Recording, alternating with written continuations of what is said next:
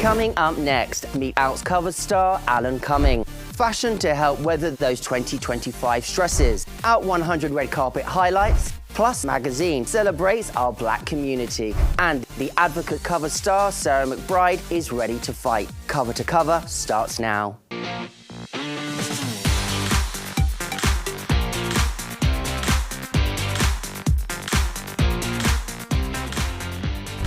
Welcome to Cover. I'm Stephen Walker. Let's start by getting up close and personal with the vibrant Alan Cumming in our exclusive behind-the-scenes Out cover shoot. The Tony-winning star and host of Peacock's The Traitors is a fearless advocate for the transgender community. In his interview, he shared insights on art, activism, and his bold fashion choices. I mean, I really like being photographed. Beautiful. Because it feels that, you know, I'm on the right track. I'm sort of being recognized for my queerness in a positive way. When people don't understand things, they make them the other, and then they begin to fear them, and that's all it is. And what can make that better is called exposure therapy. You just expose people to the things they don't know, and eventually they will be fine with it and they'll get along. So I feel that I am one big lump of exposure therapy. And the older I get, the more I realize that's something that I've always had because of where I've come from and the way I was brought up. When I became more comfortable with myself as a queer man, as someone who was, as an immigrant in this country, as someone who sounded and is different, the more I feel my acting, my writing was better and authentic. When you speak from a place of authenticity, it doesn't matter what you do. It's always going to be better. Beautiful. Yes. Love. I mean, this could be a cover right here. Hello, I'm Alan Cumming. You can find my Out magazine cover story, which is saucy, on newsstands. And if you are a young person with a computer, go to out.com. Up next, actor Brandon Carl Goodman and psychotherapist Matthew J. Dempsey model stylish coats while sharing essential tips on navigating the stresses of 2025. Let's join them for a fun mix of fashion and mental wellness. On a cold LA day, I am in my hoodie and like sweatpants. Honestly, I just kind of wear whatever I would normally wear, and then I just throw on maybe a cute thrifted jacket on top of it, just to kind of give it like an extra little pop.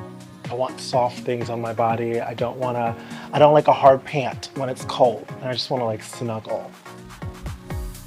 The story about my favorite coat is I was dating a guy who was from Boise. I do have this cardigan that I got at a vintage store in New York. And went there for like a party or something. And anyway, so while we were there, we were just kind of shopping around and went to this one thrift shop. And I was like, oh my God, okay, Boise coming through with the thrifted goods. And I went in there and I was just like, jacket, coat, jacket, coat. And I've had it since I was like 22 or 23. So it's been a while that I've had it, and it's always brings me so much joy. I actually never wear it out of the house. It is my house coat. So when the day is done, I put on that thick cardigan, colorful cardigan, and I have a good time watching The Housewives. I walked out with probably like 6 different jackets and coats, and one of them is this like greenish brown sort of plaid, just kind of like simple jacket that I wear, and everybody always stops me and says that they like love it. So I'm like very happy that that was one that I snatched up. My New Year's resolutions are to be soft, to be softer with myself and with everyone around me. For LGBTQ people, the best way to sort of like take care of our hearts and minds are to commune, be with each other, open up and talk to each other. So that's going to be really essential to make sure that we've got a little kind of inner cocoon to take care of ourselves. Check out my fashion shoot at out.com and newsstands. Next, I'm taking you to the Out red carpet in Hollywood, where we celebrated 100 amazing individuals making a difference in the LGBTQ+ community. It's nice that I think, especially with Love Lies Bleeding, a queer film, that it's getting this much attention, this much positive attention. It's great. I think we were both really excited that not only was the movie not about people having problems with our relationship. I mean, that was the most normal thing about the movie, I think. But we also didn't have to be perfect. We were kind of despicable people, and we loved that. It's so much more fun to play that. They're like real human beings, toxic human beings. It was great. Abbott Elementary is so inclusive. How important is that to you? Oh, incredibly inclusive. I mean, it starts with how inclusive our writer's room is. We have so many different backgrounds and histories that we get to pull into the characters. And we're really just trying to find spots to weave in identities that aren't even those of the writers themselves into the show when we get the chance. The only way that we're going to be able to resist all of the hate that is lobbied our way is with love. It is with connection, and we cannot do it alone. In our societies, so often there are so many barriers placed between us.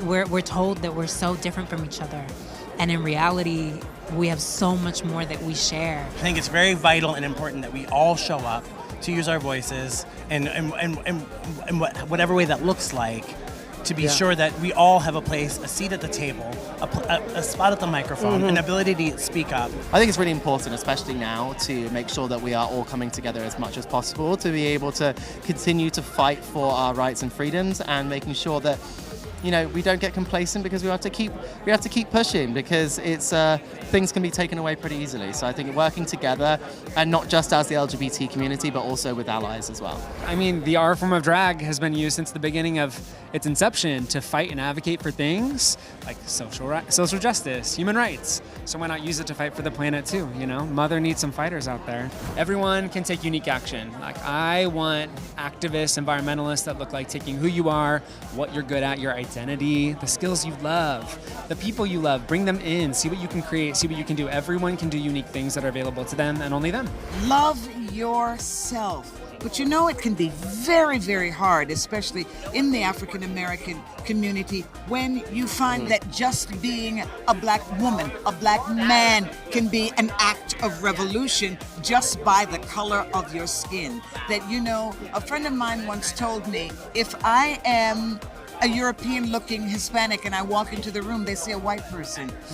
If I'm black and I walk into the room, they say a black person. And then what comes is all those isms. So you see, it can be difficult, but I want to encourage people, especially my people, live your truth. Love your children, love yourself. In the latest issue of Health Plus Wellness, we celebrate the new year with our annual Health and Black Community Edition. Our cover features Dr. Tyler Tamir, the first black CEO of San Francisco's AIDS Foundation, who discusses the essential work of SFAF in supporting marginalized communities. Inside, you'll find a joyful spread of the Black women in Comedy Laugh Fest, highlighting the importance of laughter and mental health awareness. Additionally, we interviewed health advocate Gerald Garth, who focuses on the well-being of LGBTQ+ individuals and people of color. Up next, meet advocate cover star Congresswoman Sarah McBride, who has made history as the first out transgender member of the House of Representatives. Fearless and determined, she's ready to champion the fight for equality and justice. In a historic moment of representation and progress, Congresswoman Sarah McBride graces the cover of The Advocate. A proud Delawarean, she embodies resilience and determination, sharing, "I'm a proud Delawarean," to the point that my friends and I invented the word statriot. Captured in the iconic Cannon House office building, McBride reflects on her groundbreaking journey and the weight of history as she steps into her role. With a focus on impactful change, she emphasizes, "I'm not here to fight about bathrooms, I'm here to fight for Delawareans and bring down the cost facing families." As she navigates the complexities of Congress, McBride reminds us all, the story of this nation has always been a dual story of progress and pain. Read Christopher Wiggins' full interview only in The Advocate magazine. If you want to support LGBTQ+ journalism, subscribe to Out and The Advocate magazine with our special deal. Get 6 issues of our flipbook in print or digital for just $9.95. To order, scan this QR code or go to out.com/AC promo.